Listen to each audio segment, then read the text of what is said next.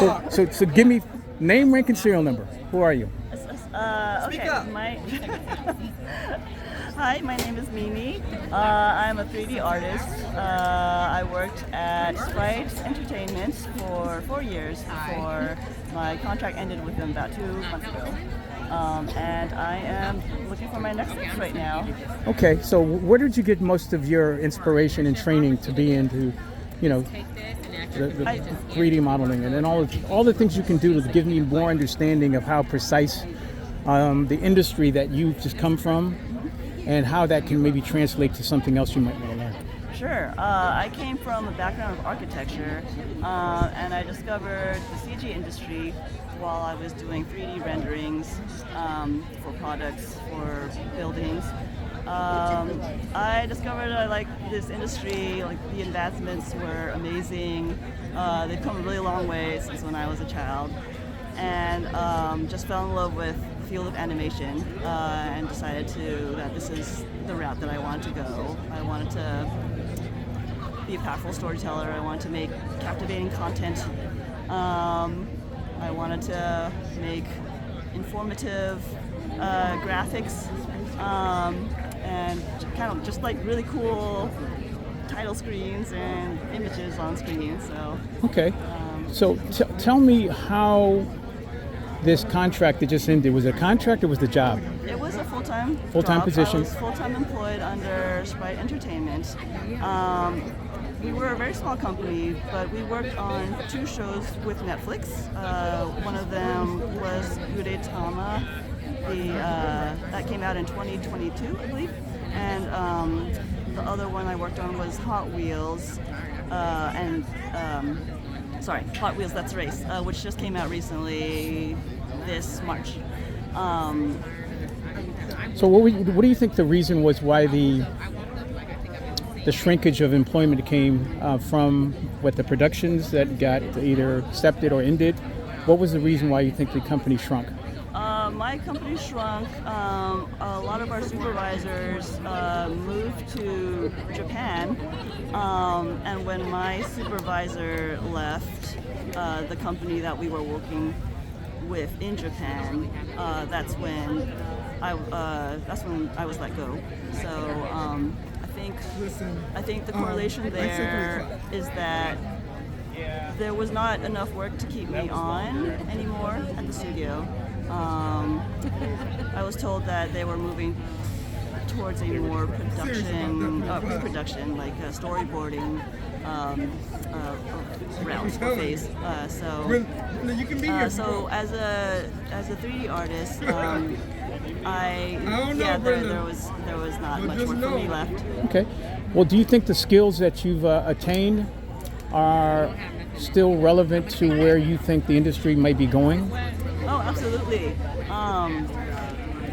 I learned a lot from, artistically, I learned a lot from my supervisor. But I've also, I guess, increased my technical aptitude in a lot of these softwares that I'm learning, which is driving. I think it's driving the animation, like the innovations in what we're seeing on screen, like simulations and dynamics are just looking a lot more realistic these days. How open are you to what AI and machine learning is doing to impact your space? Do you think that, and this is kind of a open-ended question, do you think that the human factor that you represent can still augment what AI can do? Where's Mike? I don't even see Mike. Yes, I think so. I don't think we've given it enough chance yet. There's a lot of I understand that it's not right for artists to have their work taken and spit out by this machine and not have credit and not benefit from it when someone else does. But I think there's another side where we have to where it can be a tool where it doesn't do that. but rather it could be a tool to No, this is Boo Graham. innovate. To co-pilot with. Rather than, you know, I'm so glad you're open to it, because what I've learned through going to a lot of conferences like CES, I just came back from NAB in Vegas, is that, yes, I mean, the one issue of theft by taking and people not getting credit and financial respect for what, you know, their intellectual property is one thing, but you can't run from progress. It's like we're right now in the fifth industrial revolution. Some people don't know that we're not in the third industrial revolution and what happened to the fourth. So the goal really is to try to figure out what you can do to stay relevant and still create things that need the human artistic touch that, you know, some of these renderings can't do. They can do a lot quicker, faster, better, but can they give the authenticity and the 4D and 5D that the human being can actually see, feel, and touch, that knows that this is coming from a human perspective.